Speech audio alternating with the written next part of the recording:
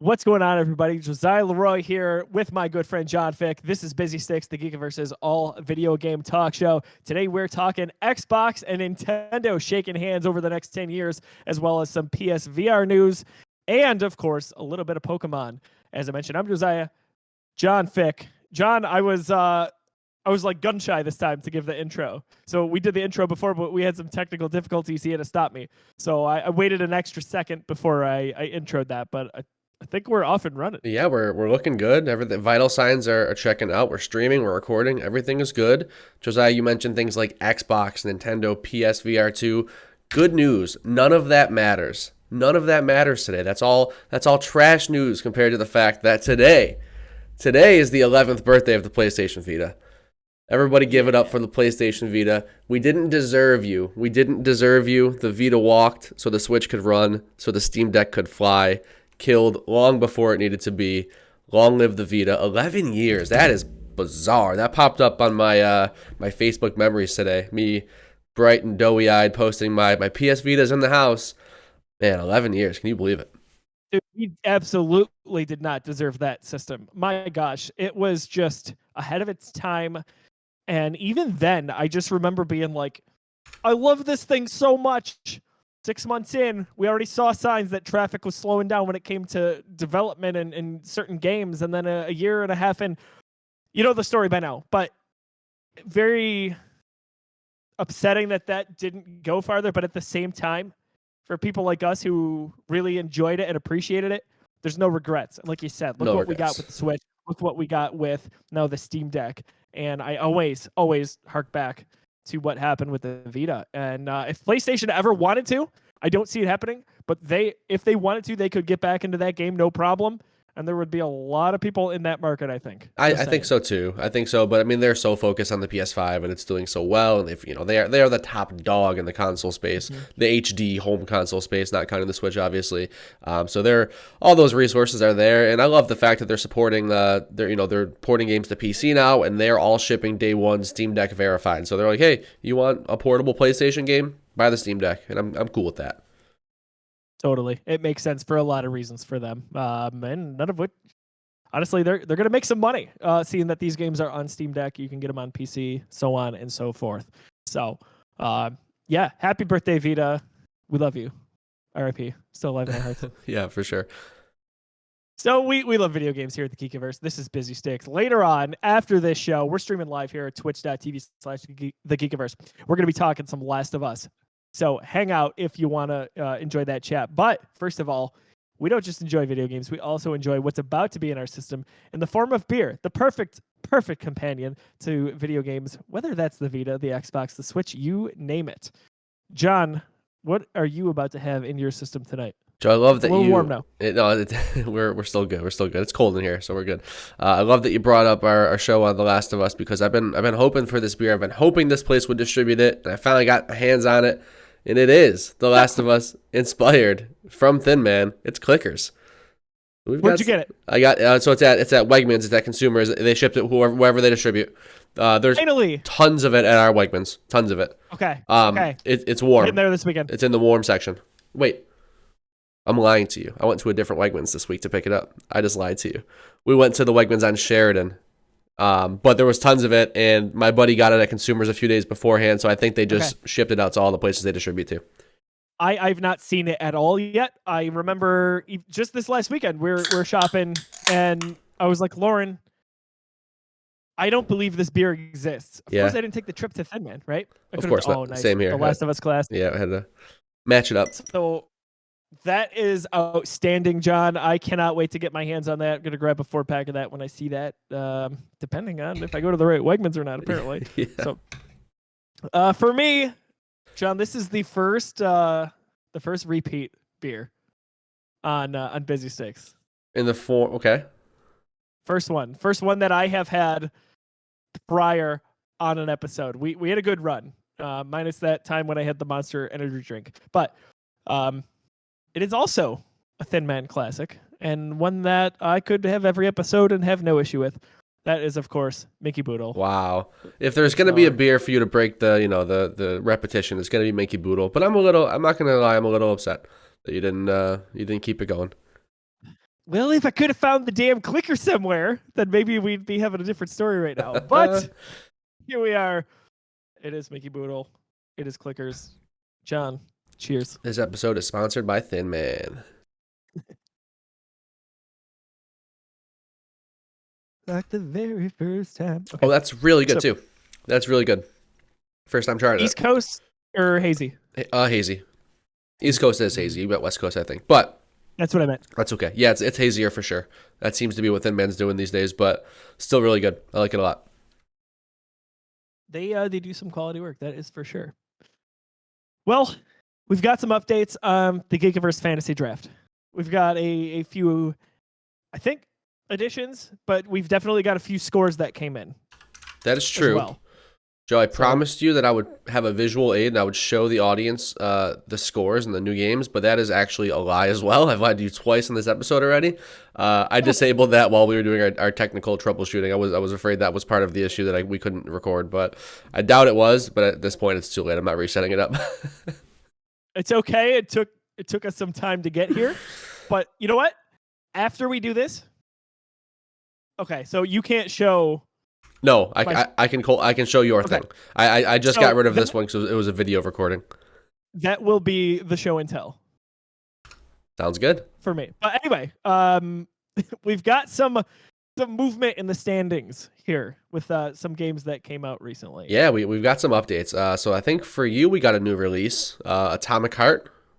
That is that's a tough one to see in your top 4. Was that maybe your last draft pick? Or maybe like what 1 or 2? No. I had Armored Core. I think did I? Yeah. Anyway, 1, 2, 3, Armored 4, Core 5. was my last one. Yes. Armored Core would have been your last draft pick. So Atomic Heart came out. It's reviewing at a 74 right now on OpenCritic. So I haven't looked at too much coverage of this game because I haven't been wildly interested in it. But 74 is not great. Not getting you negative points, but certainly not what you want to see out of your 4th or 5th draft pick, whatever it may be. Think about this. I started the year with 19 points from Dead Space Remake. I have 20. Yeah. After 4 releases because of some poor decisions.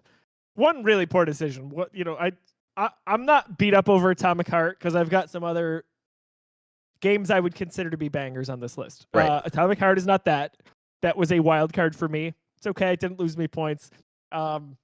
I'm actually interested in trying that, and that's on Game Pass. So that might be a game I play because IGN's review billed this as drawing influence in the form of a crazy campaign from BioShock, Dishonored, and Wolfenstein. And I was like, are you preaching to my heart right now? Because that all sounds awesome. So I know it's not quite on the quality of those games. Those are all highly regarded, I think, in different degrees, but this one, not so much. So yeah. I might give it a try, though, right? I got Game Pass for another 2 weeks before I got to find another $3 coupon.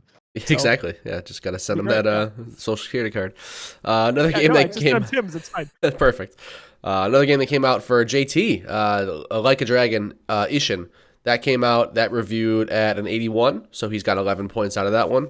Not a bad one. That was his remake. Locked into that slot, so it's good to get some positive points there. And I also had my first release of the year. So Horizon Call of the Mountain, that was my first pickup pre-draft. That was my first free agency pickup. I wanted to add one to my team. I thought it was going to be pretty solid. And I think I'm happy with it. It's sitting at an 81 right now. The review, so that's 11 points for Fantasy Critic, and those are my first 11 points of the year. I think that the reviews are interesting. It seems to be like, yeah, this is a very fun Horizon experience in VR, but it's not earth-shattering. There's a lot of climbing, and that gets pretty boring. It's what you'd expect. It's the immersion of Horizon in VR, but it's not it's not the story of Aloy, and it's not all the strengths that you would get from a mainline Horizon game, which is my fear with VR in general, I will say. And actually, there's another update I didn't realize. This one's not official yet because the game's not out. Octopath Traveler comes out on the 24th, so Friday. But those reviews apparently have lifted. Octopath Traveler 2, that's on Tim's team. That's sitting at 86 right now in OpenCritic. That's pretty good. It's pretty good. So that would have been my second overall pick.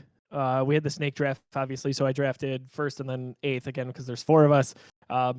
John, would that game have made its way back to me if Tim didn't pick it, or would you have picked it up? Do you think? With my second pick, yes, yes, it would have. I would have stuck with Hollow Knight over Octopath. Yeah, Gotcha. yeah, you would have gotten it. So Well, JT would have been standing in your way, but who knows? I don't know if you would have grabbed that one. I think he probably would have passed it over, but not sure. I mean, moot point, obviously, regardless. That's doing well. So he's going to get some good points out of that when that dust settles, I think. So. Yeah, looking like a 16 for him. I'm worried that it doesn't matter how well JT and Tim do. I don't know if they're going to be active enough to add to their roster. We got to try to encourage them a little bit. I think it might just kind of come down to like you versus me, and the fact that they have some of the pretty good games on their roster is just like an obstacle for us. Yeah, I don't know. Like, I think back to the first year I played in your league. You had a different one outside of the Geekiverse.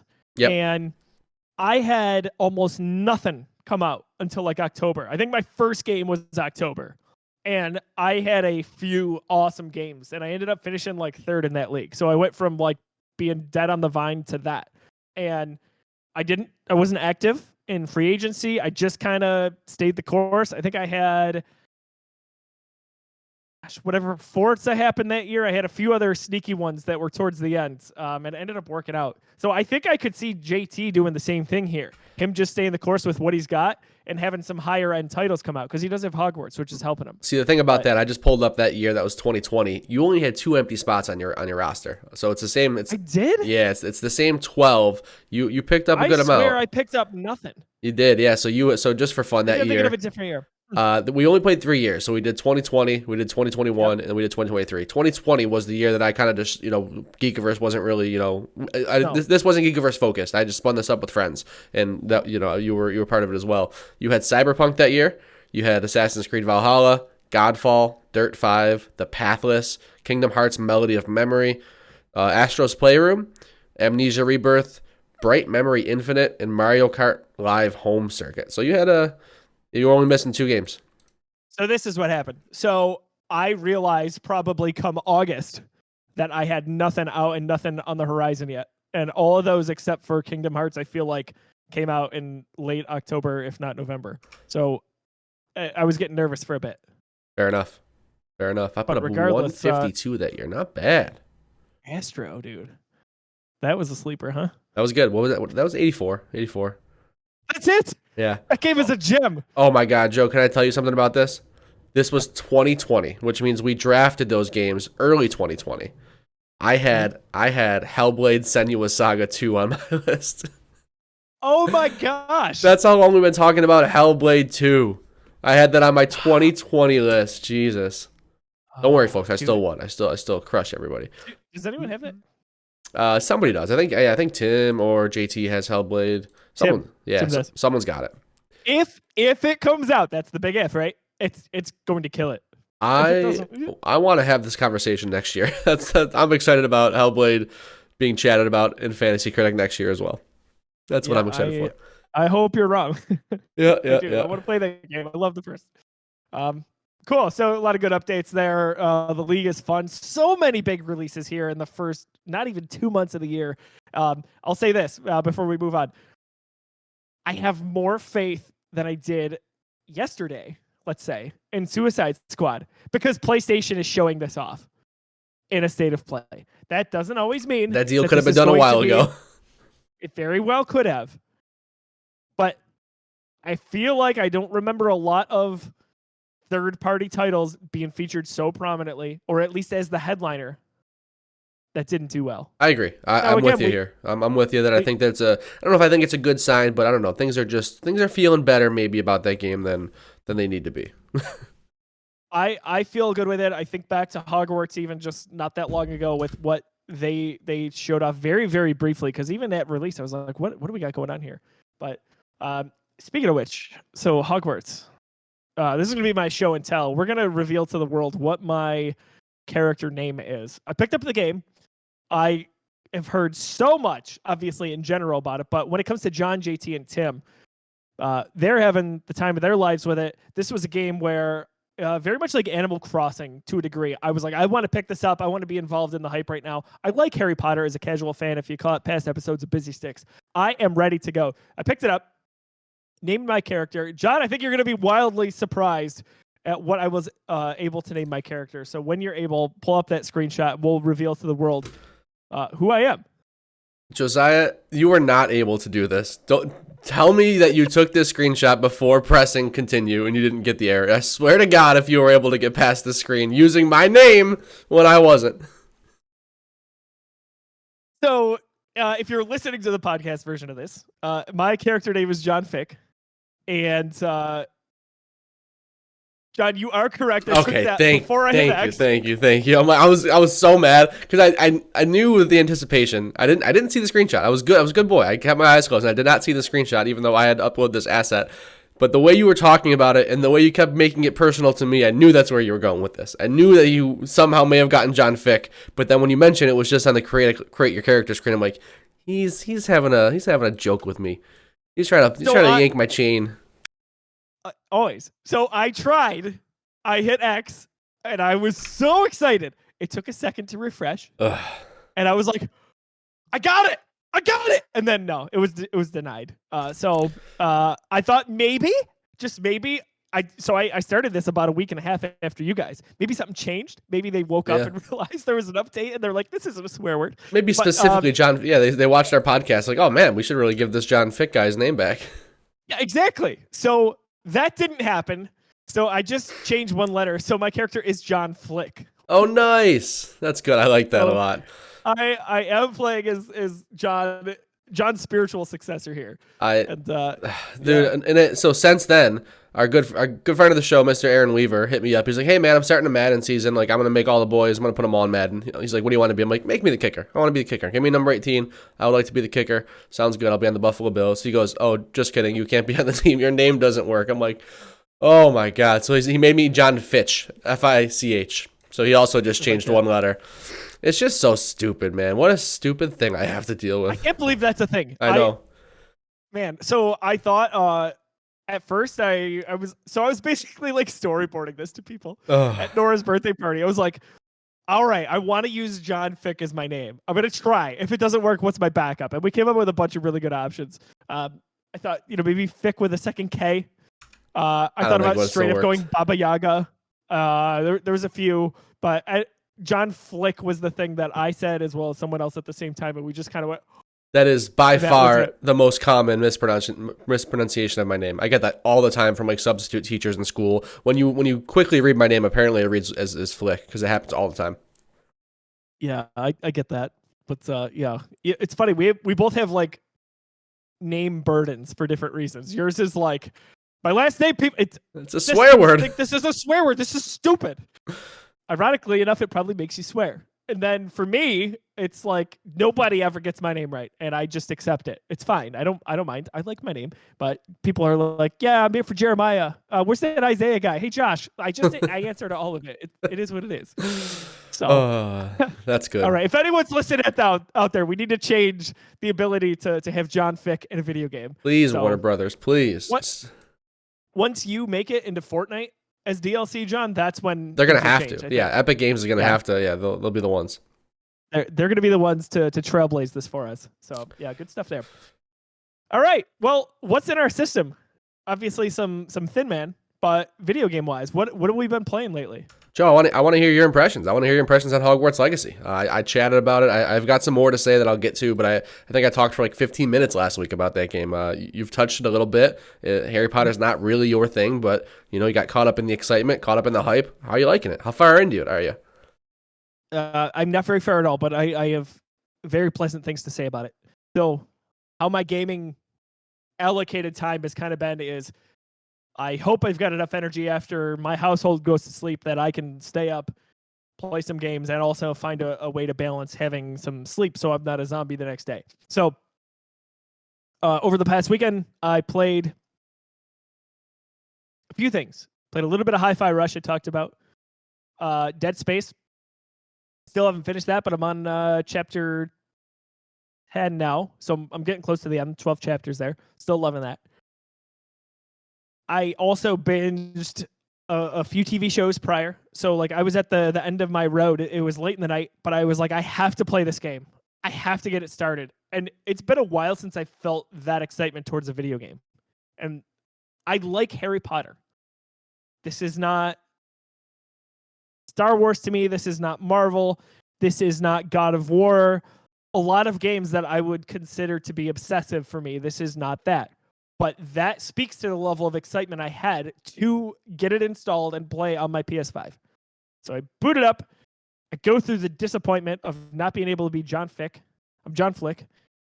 And I just feel like I sat there and wanted to take everything in.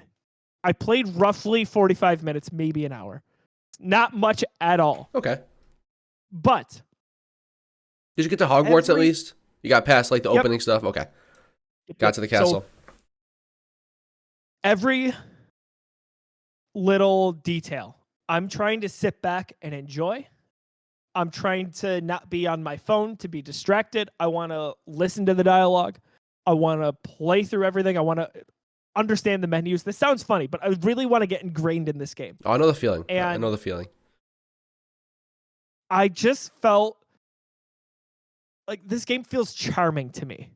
I'm sitting there, and even though I again, like, I like Harry Potter, but I'm just a casual fan.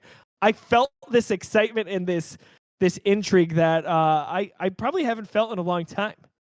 And I'm not going to sit here and say, oh my gosh, this is my game of the year. We'll find out after I sink some hours into it. But man, early returns are good for this. Like, I have such a good taste in my mouth for 2023 games so far, whether it was Dead Space or Hi-Fi Rush or especially this.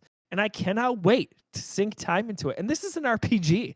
We know my feelings on RPGs. They're fine. I'm probably not going to dive into a lot of properties here, but my gosh, I enjoyed that 45 minutes thoroughly. And I just felt like, you ever feel like when you play a game late or you watch a TV show or a movie and it is really late in the day and you should be tired, you can't keep your eyes open, but at the same time you feel this excitement where you're just like,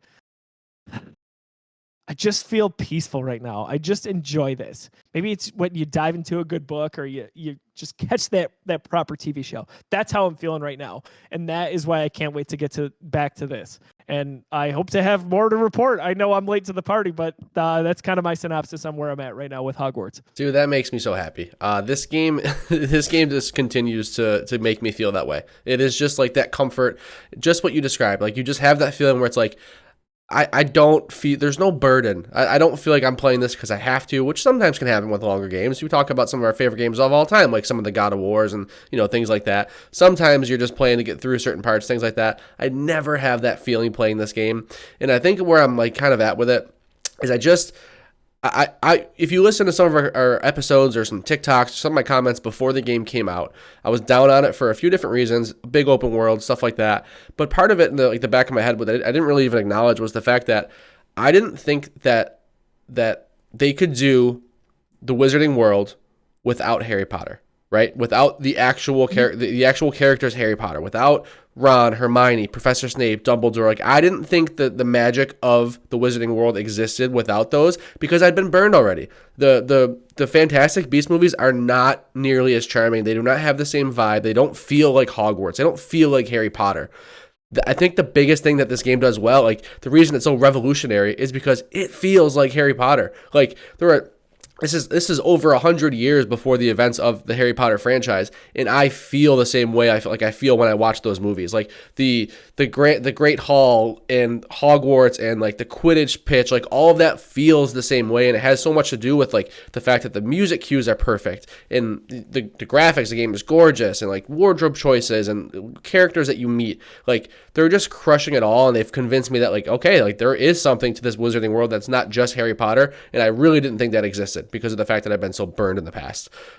Josiah, you mentioned being 45, maybe an hour into this game. If you were to take a guess, this game's been out for less than 2 weeks. So it'll be 2 weeks on Friday. How many hours do you think I have into Hogwarts Legacy? What's your guess? Well, if you've been able to pull yourself away enough from Marvel Snap, that's a good point. This has affected my Marvel Snap time, that's for sure. I'm gonna guess 20. I just ticked the 30-hour mark right before you and I hopped on Discord. I, All right, I, so I was a little off. yeah. Like 9 or 10 hours. Yeah. Steam says my time, because I bought this game on Steam and I'm playing. I'll talk a little bit more about that experience too. But yeah, I'm playing this one on Steam, and Steam says my time played is like 42 hours. But I often kind of just pause the game, save it, and like leave it up and like go do some stuff. I do that more on my PC than I do with like a PlayStation for whatever reason.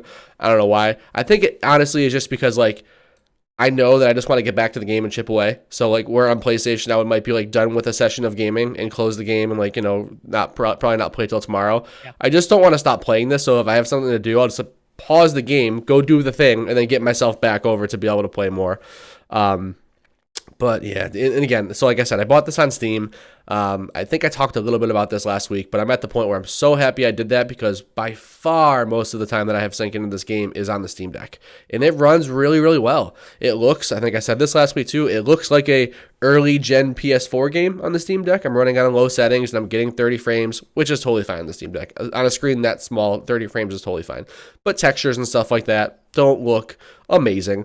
But the game is just so charming and so much fun. I just want to keep doing these side quests that, like, it's not an issue at all. Game runs good on my PC. I don't have the best PC in the world. I've got like a 2030 or something like that graphics card. Probably not enough memory to be running this game the way I want to. So I get a little jealous when I see like some of the clips on PS5 because the game looks really good on PS5. Like my PC makes it look like that, but it doesn't run well. Where I know is on PS5, it looks that way and probably runs at 60 frames per second without any chugging. I can get the visuals to look that way, but I'm chugging with like frames if I'm doing too much. So I got to find that balance, dude. Tangent, but like, why in the world don't they just enable cross progression for everything?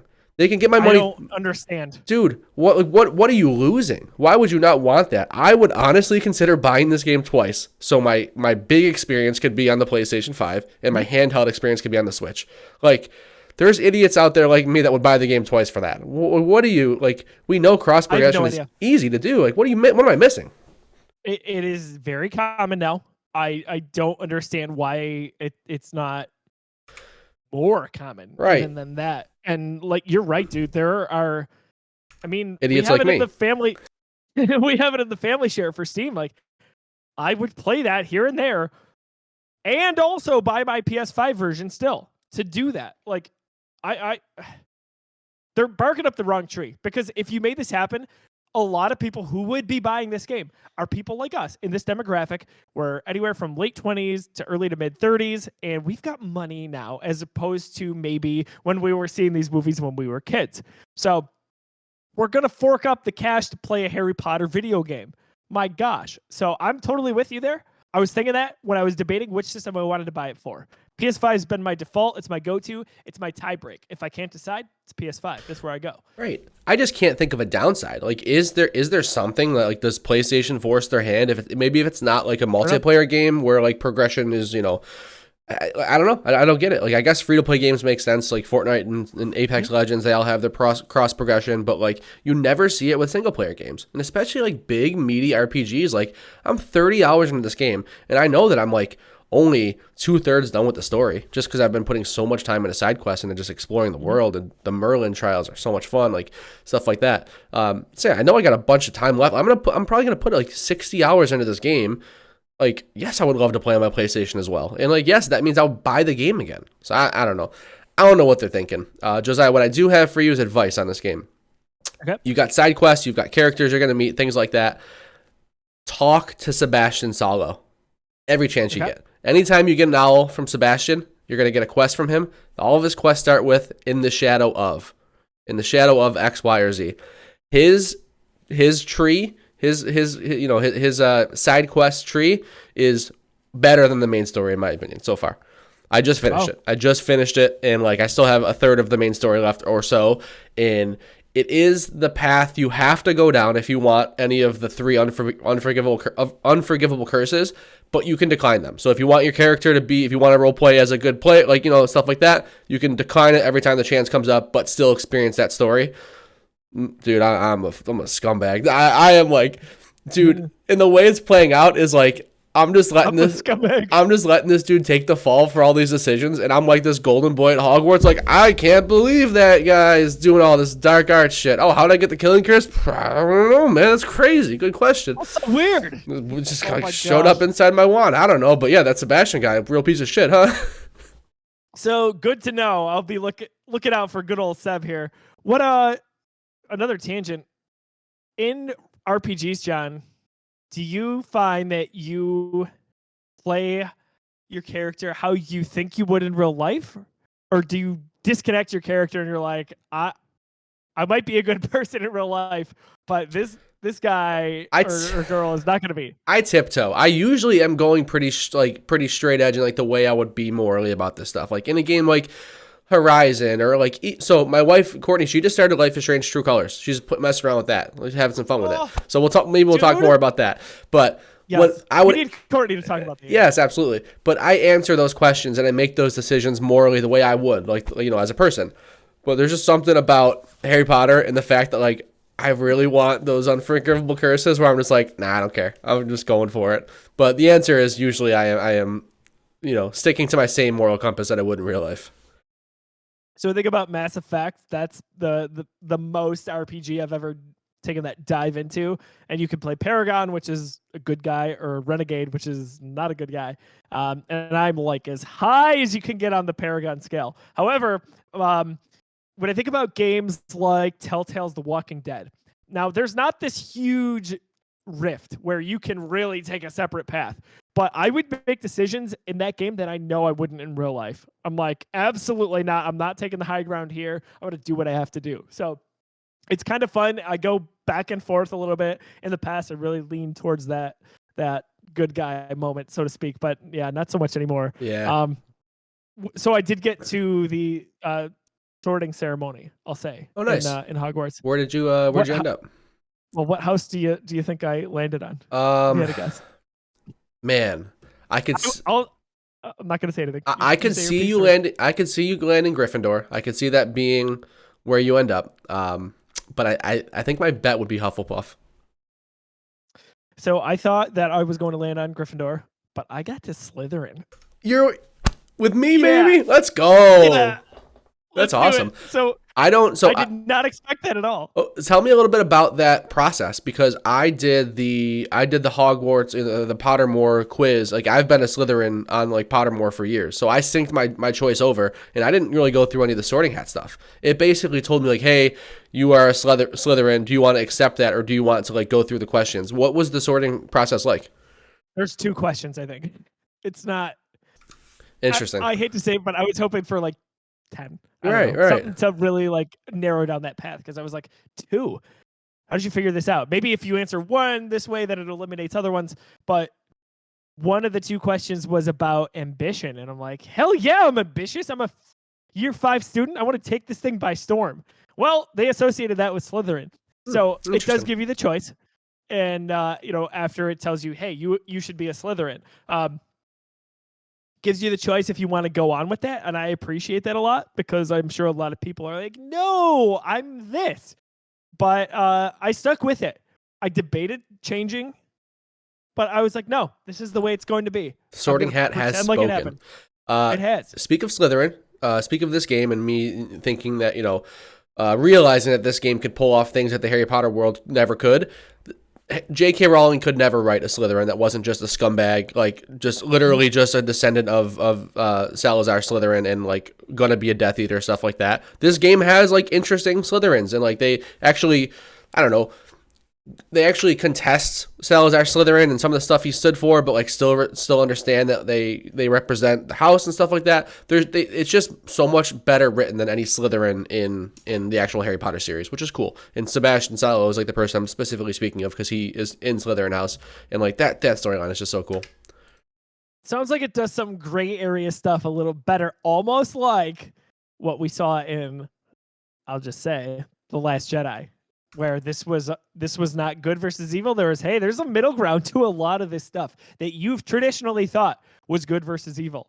So I'm all about that. Like, change my opinion on that, or at least ask the question. I think that is very appealing. That's a great point. It's a good comparison. The comparison I keep coming to, and I think it has a lot to do with the fact that it's so timely, is what I think of how well The Last of Us is being adapted to a television show. Oh yeah, And obviously, we have a whole conversation about that. We're going to chat about that, in our Last of Us discussion episode after this. But it's like, oh, The Last of Us is being adapted well into a TV show, and they're adding all this different stuff. And I didn't know if that stuff would work, but it's working so well. It's the same thing with the Wizarding World. It's like, oh my God, they're making decisions that are different than what we got in Harry Potter. They're not breaking any rules. They're just looking at things from the magical, the word of the episode, or the word of the series for us, a different perspective. Everything's about perspective, and they're toying with that a little bit in Hogwarts Legacy as well.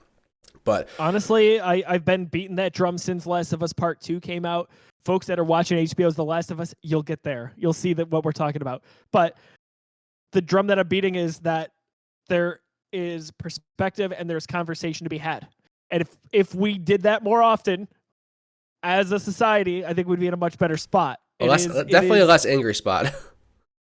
Yes, but like you can disagree, you can hear out a person, and you can still be friends. It's a really, really powerful thing. Yeah. Just saying. Perspective is real cool. And I think that even people who haven't experienced The Last of Us Part 2, like they're really nailing that message home in the show as well. Way more so than they did in the video game. And they've learned that from, I think, Neil Druckmann's experience on Part 2. Yeah, the progression of what they want The Last of Us to be. And it is a story about perspectives. But we have a whole show for that, Josiah. We've got a whole show for that. We do? We sure do. Dude, we've got a lot coming up. So we've got Last of Us. Mando is a week from today. What? I think. Okay. Someone said this. Even if we don't get to the the rewatch and like stuff we want to do, I still want to rewatch it myself because I got to get there. I got to exactly get those juices flowing. Mando is a week from today. Also, 3 weeks. Ted Lasso season 3. Dude, I'm so ready for that. So ready for that. Has there been a better season of TV shows in my life than Mando, Last of Us, and Ted Lasso? That's a good trilogy, right? That's a good trifecta. It really, really is. So we talked a lot about Hogwarts here. John, anything else that you're playing before we move on to the news? No. Just Marvel Snap. That's the bedtime game. That's the literally not doing anything but have my phone in my hand and play a couple of games of that. But no, it's when I'm playing 30 hours of Hogwarts Legacy, I only got time for nothing else, man. That's very true. Well, we'll get on to the news. We've got a few topics here. After the news, stick around. We're also going to play our favorite game here at the Geekiverse, which is Guess the Game. Johnny Boy, he's up tonight. I've got a game in mind. He's got to get it in 15 yes or no questions or less. I don't like being in the hot seat. I'll tell you that right now. I hate it. I love asking the questions. But you do great. I love being in control. I don't like being in the hot seat. John, if I failed, you could fail gracefully. Not that I'm gunning for that. You'll learn this if you ever if you ever go on a vacation with me. I need to be the one in control when it comes to stuff like that. I got to be the decision maker, or I feel uncomfortable. That's why I'm holding you. You set the itinerary and everything. Dude, everything. Oh my gosh, that sounds great. Why would I not love that? Yeah, I mean, I'm not saying exactly. Courtney has never booked a single detail of a trip in her life, and that's not to her detriment. It's just because I need to own that. It's just something about me. I have to do it. I appreciate that about you. So one day when we do take that trip as families with kids, I'm gonna be like, Mr. John, he's got the plan. I'm not doing anything. It's already done. We've already got the fast passes booked, kids. We're good to go. I can't believe he booked them for 3 years out. It's so crazy, everybody. All right. Some big news this week. In the last 24 to 48 hours, all the major video game console makers were like, hey, we're going to do some press conferences. We're going to drop some news, all this good stuff. So first up on the ballot here, Call of Duty. Not sure if you've heard of this game. Relatively well-known shooter. But guess what? It is coming to Nintendo. So as Games Radar says, in a tweet earlier yesterday morning, Xbox boss Phil Spencer said that Microsoft has entered into a 10-year commitment to bring Call of Duty to Nintendo following the merger of Microsoft and Activision Blizzard King. Spencer also confirms that future games in the franchise will continue to come to Steam simultaneously to Xbox. Another interesting bullet point in the chapter here prior to the Activision acquisition from Microsoft and Xbox. John, I think this only strengthens their position. This is only a good thing for gamers. We haven't seen a Call of Duty on a Nintendo system since Ghosts on the Wii U, if I was I'm gonna say not the mistaken. Wii U. Yep, that would be it. Yeah, Never heard of it, by the way. If you owned a Wii U versus a Vita, shame on you. Shame on you. Um, Yeah. This is big news, man. It is. Honestly. If you would have told me this a few years ago when like I was really invested in my Switch, not to say that I don't still love my Switch, I certainly do. I would have been a lot more excited. I was more so, toying with the options of playing games at lesser quality just because I could do that on the Switch. But now I'm like, man, I can't imagine how poorly a Call of Duty game is going to run on the Nintendo Switch. Like, the system is on its last legs, especially it's when dogging. It is, for sure. And yes, you can get plenty of Nintendo games, plenty of cartoonish Nintendo games out there. You can put Splatoon 4 and the next Mario game. Like, that's all going to run great on the Switch because of, what those games are. But you're making partnerships like this, man. I have no confidence that game's going to run well at all.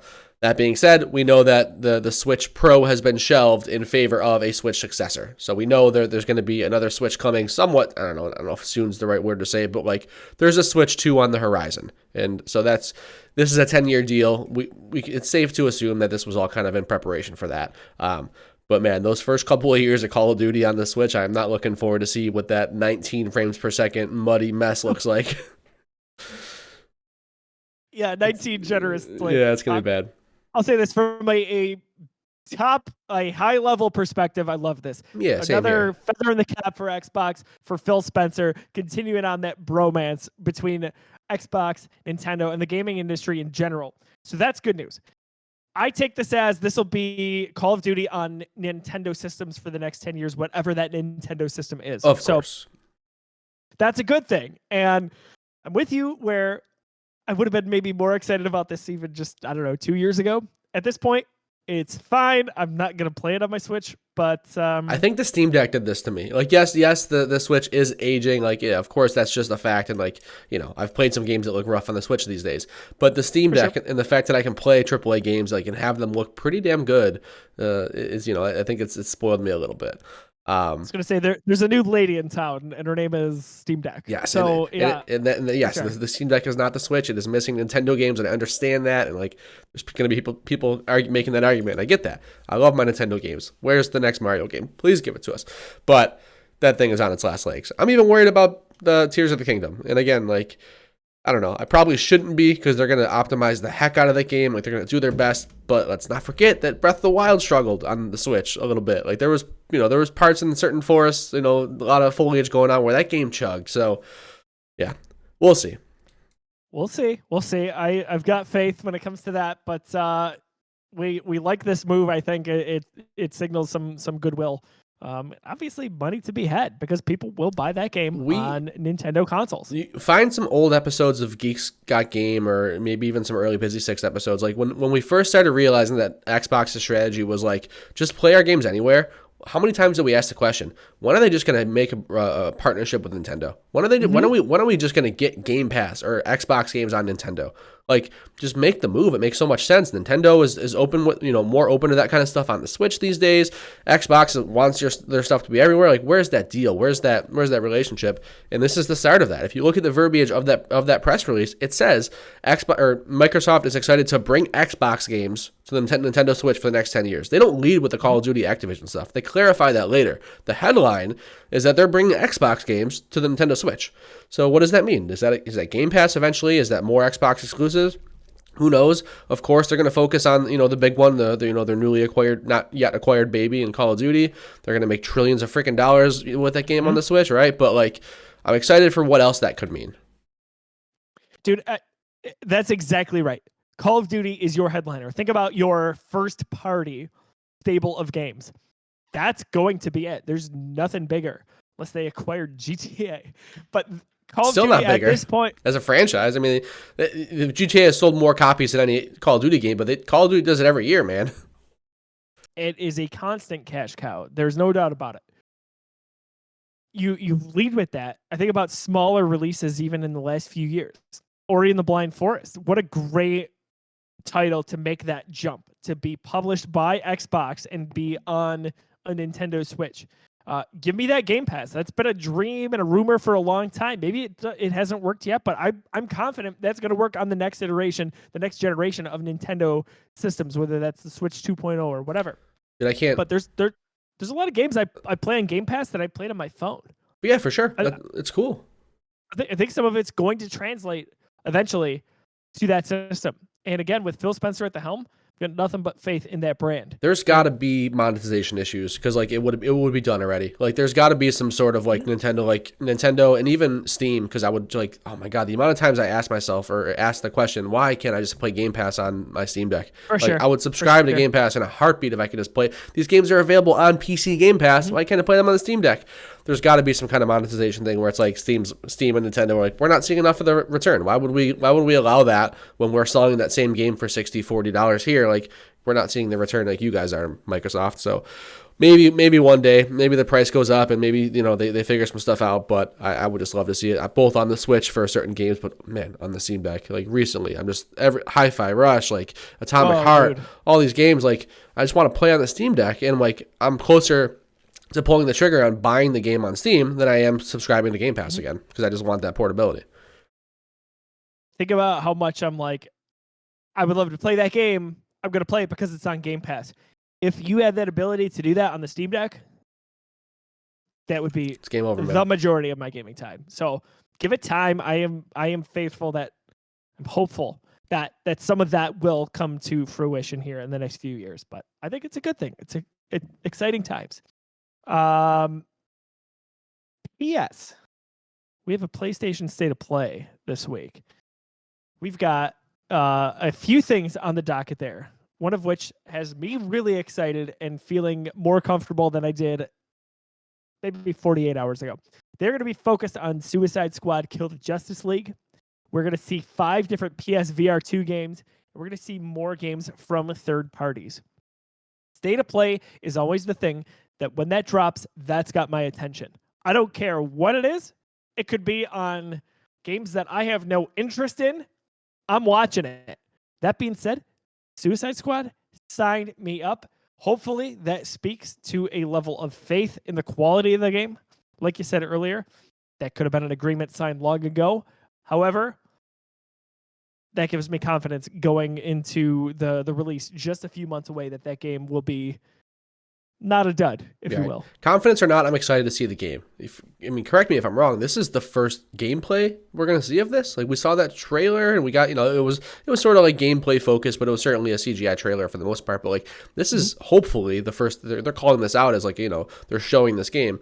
Hopefully we see the gameplay, the HUD, what are we doing? Like how are we interacting here? How are we switching between these Suicide Squad members, stuff like that. So I'm excited to see what the game ends up being. Is it gonna be Avengers or is it gonna be Guardians? That's a great point. And my goodness, if it leans towards Guardians and a touch of any of the Arkham games, we're in for a treat. I think the touch of Arkham it's got to be implied. Like they need to bring that. You got to bring that special spice. Like they know what they're doing with that type of open world, that type of combat. They know what they're doing in the Gothamverse, the Arkhamverse, I should say. So yeah, just show me what else. Like don't lean too heavily into the MMO, the shared world stuff. Don't go full Avengers. You never go full Avengers. I do agree with that, and Rocksteady has never given me reason not to believe in them. So, even though it's been 8 years since that last release, we'll see. John, last question before we move on here. Do you think we're getting a new release date tomorrow? No, I don't think so. I think no, we're locked in here. We're not shifting stuff around. We're good. We're gonna be solid on that release date. It could happen. Pizza. Hey, guess what? I get pizza too either way. So either get free pizza. That is so true. Pizza either way. The competitive nature in me wants to be like eating this pizza, knowing you got it. Be like, yes, I was right. Thank you, John. Yes, I'm fine with that. I'll be happy to concede that. So I'm a little excited and interested on these 5 PSVR 2 titles as well. PSVR 2 came out today. Not a lot of people might know that, but PSVR 2 is shipped. I've got friends. My buddy, our friend of the show, Trevor Worth, has one in his house. I've seen Snapchats of him and his wife playing the system. So 5 new PSVR 2 games. The reason I bring that up is interesting because I am interested in PSVR 2. I've been thinking about getting it just to toy around with, but There are 47 launch window PlayStation VR2 games. Do you know what Facebook, Meta, whatever you want to call it, Oculus did? They sent out a press release to everybody on their press docket that is, gets review codes and stuff like that. They sent them a letter that said, hey, you may have heard, you may be excited, PlayStation VR 2 is around the corner. Like, we're excited that more VR units are going to be out there. It's expanding the universe, stuff like that. But just so you know, and in case you can't wait, 42 of the 47 launch window PSVR 2 games are already available on Oculus. That's what they sent that press release out, and it makes you think, man, like, that's crazy. PSVR 2 is really not coming out with a launch lineup that is stellar. Can I tell you that this launch reminds me of another PlayStation launch? Was it 11 years old? Yep. That's funny. No, hey, that's not fair. The Vita launch was great. The hype. Yeah. Listen, with all due respect, that also had a really killer AAA first party release in Uncharted. Right. We've got one with this. It had a great launch lineup. The Vita had a great launch lineup and lots of hype behind it. People were really excited about the Vita. I get it. I understand. I've already seen the joke that the PSVR 2 comes out on the birthday of the Vita, and there's some weird. There's some irony in that for sure. But on the same token, does it really matter that all these games already exist on Oculus? People who are buying a PSVR 2 probably don't already own an Oculus. They probably are console players who are interested in VR and are going to dip into VR for the first time with PlayStation VR. I know that would be me, right? So I wouldn't care that these are already out there, but just a funny little dig that Meta, Facebook, I don't know who to call them anymore. I don't necessarily support Facebook or Meta, but I love that type of marketing. Awesome. This is here. Did you guys know that you could play 90% of these titles today? Actually, you could have been playing them. I think that's really awesome. It is cool. But I am excited to get my hands on PSVR 2. Even if I don't pick one up, I'm going to head to Trevor's house. I'm going to try it out, so we'll see. I'll tell you this. I was ready to pre-order that until we had an episode of Busy Sticks when we found out the price point, and we talked about it.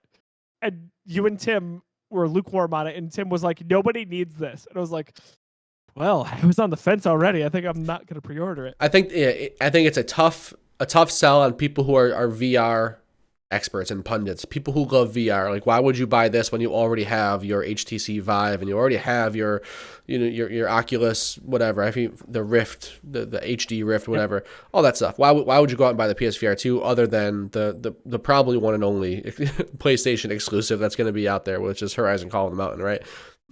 We'll see. It's going to be interesting to see how much PlayStation really supports this hardware. Yeah, I am curious as well. We'll see over time what this looks like. The other bit on news here tonight that we want to talk about, we got a Pokemon Presents here just a few days away. John, if you want to chat a little bit about what you think that might look like. Yeah, so we got a Pokemon Presents, different than a Nintendo Direct. This is done by the Pokemon Company. They've got all sorts of different stuff they're going to talk about. There might not even be video game news, but there probably will be. So Pokemon Day is coming up. That's what this is about. So they're basically saying, here's our plans for Pokemon Day. Here's what we want to announce in honor of that. I think we're going to get Scarlet and Violet DLC, and I think it's going to be somewhat big. I don't even want to say they toyed around with it, but they first introduced DLC to the Pokemon, mainline games with Sword and Shield. They gave us 2 expansions. It's like the Arctic something. I didn't even play any of them, to be honest. I didn't really like Sword and Shield that much, but I love Scarlet Violet. And I think they're going to keep doubling down on this. The Pokemon Company in the past has released a 3rd version of their games later on with more content. I think they have figured out that they can just use DLC for that. And Scarlet and Violet were a huge success, so I think that they know that, and I think that we're going to get some pretty cool DLC with that. Other than that, I don't know, man. Like, my pie in the sky, my number one hope from this Pokemon Presents is that. So we just got the announcement that Game Boy games, Game Boy Color, Game Boy Advance are coming to Nintendo Switch Online, right? Like, obviously missing from that was Pokemon games, other than Pokemon Pinball, which was in the coming soon. Please let that be part of the Pokemon Presents. Please let them have saved that for the Pokemon Company to talk about, because I would love to get Pokemon Red, Blue, Gold, anything they're going to give me. Let me get that on the Nintendo Switch Online. Let me get those old versions of those awesome games. And it's timely because the Wii U and Nintendo 3DS stores are getting shut down in March. Like, you can no longer buy stuff from those stores in March. And that means you can no longer get Pokemon Bank, which is the only way to get some of those older Pokemon to the newer generations. Pokemon Bank is a bridge there. So I think it might make sense for them to introduce those games and have them compatible with Pokemon Home, which is the Pokemon Bank replacement, but is only available on the Switch and does not connect with any of those older games. So hopefully this is the way they fix that stopgap and allow older gen Pokemon games to be compatible with newer stuff. It makes too much sense, honestly. Like, it is literally like a perfect, everything sequentially makes perfect sense, which is why I'm like, it probably won't happen because it's Nintendo. And that's absolutely the right logic to have with this. Does this make sense? Do a lot of people want it? We'll probably pivot a little bit and do something else. It's like, so we're ending life support for the Pokemon Cloud service that brings the old Pokemon games to the new Pokemon games. We just announced the fact that Game Boy games are going to be on our newest system. Would it make sense to bridge this over right now? Yes. All right, let's not do it. Perfect. It blows my mind. It happens constantly, yet here we are supporting it, and we get there eventually. But, like Metroid, 7 or 8 years later after we've asked for it. And not a trilogy, just one game. Just one game. Right, exactly. Just a little bit. Just the first one. I'm excited to play that. That does seem like it's a cool remaster and a game I had never touched. But other than that, I think we'll probably see some, like some trading card game announcements and, like, some, obviously, Pokemon Go. Pokemon Sleep. They announced a game called Pokemon Sleep, like, 2 years ago. That's literally a game that you, like, put your phone next to you while you sleep and, like, stuff happens. I don't know. We haven't seen it since then. So maybe we'll see Pokemon Sleep. That's it. That is a possibility. All right. Well, I think it's time, John. I think we play Guess the Game. I'm ready. I don't know if you are. I'm ready. I'm scared. I'm nervous. I don't have a lot of confidence, but I'm ready. You should have confidence. Come on, my man. So, Guess the Game. We play this every week here on Busy Sticks. John and I have a good time with it. We have even a better time when Tim joins us for various reasons, but you can check that out on TikTok. But that being said, I've got a game that I'm thinking of. John is going to have to guess that game in 15 questions. He can ask yes or no questions, and that is it. Last week, I didn't get there. You didn't? I ran out of road, and I missed basically the biggest game of the last 5 years in Animal Crossing New Horizons. I even mentioned it earlier in the show, but I know what trap I fell into. So we'll see what happens. But John, are you ready to play Guess the Game? I'm ready. Let's do this. Did this game come out 2010 or later? Yes.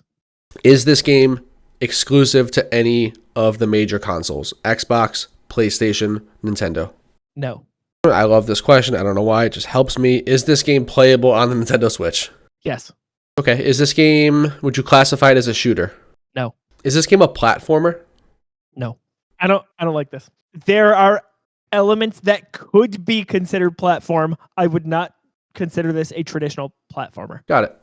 I don't know if that hurts or helps, but I think there's a caveat where legally I got to clear the air. Okay. Was this game originally released on the Xbox One, PlayStation 4 generation?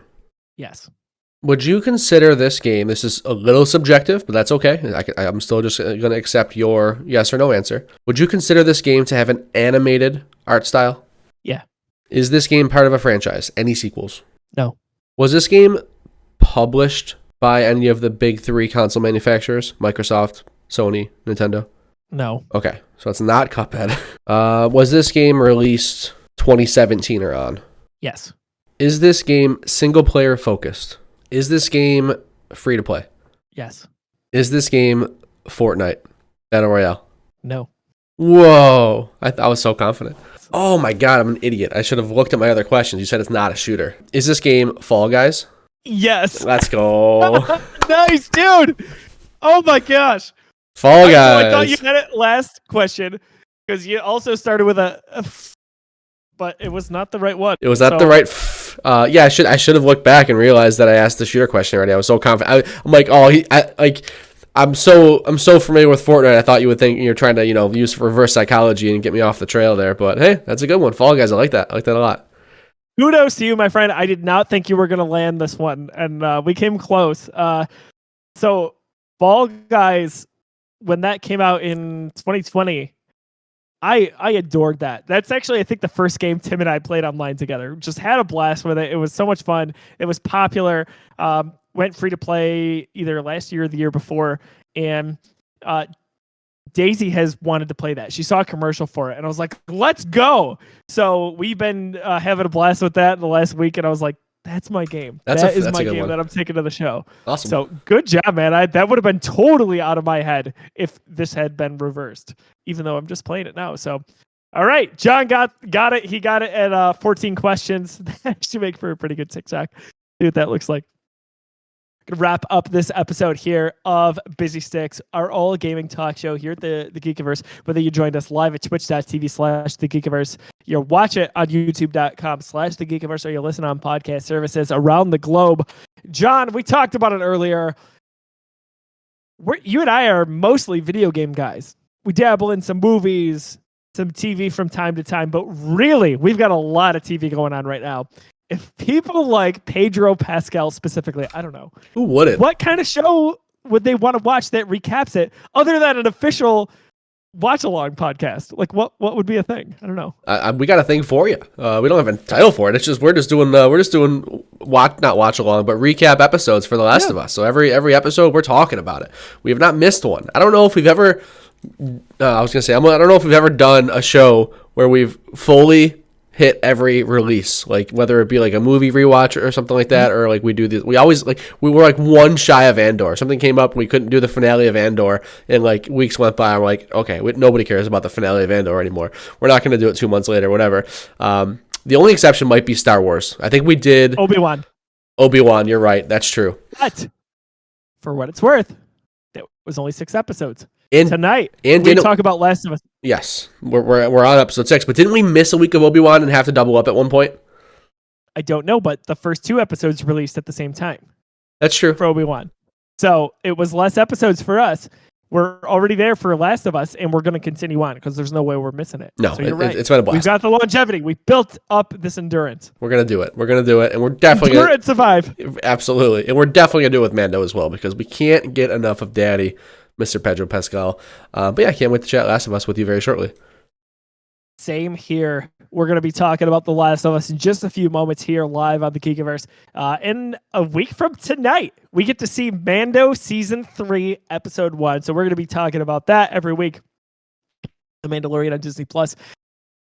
Then a few weeks after that, roughly 2 weeks, we're going to be talking Ted Lasso Season 3. My new favorite show. Cannot wait to talk about all the goodness and positive vibes that one Ted Lasso brings via Jason Sudeikis. So good stuff happening here on the Geekiverse. If you want to watch along crew, or at least a talk along crew, that is kind of what we've been doing. We enjoy it. We hope you enjoy the ride as well. So hang out if you are watching live at twitch.tv/the Geekiverse. Just a few minutes, we'll be chatting some Last of Us Episode 6 from HBO. For John, I'm Josiah. We'll catch you all soon. Have a wonderful rest of your week.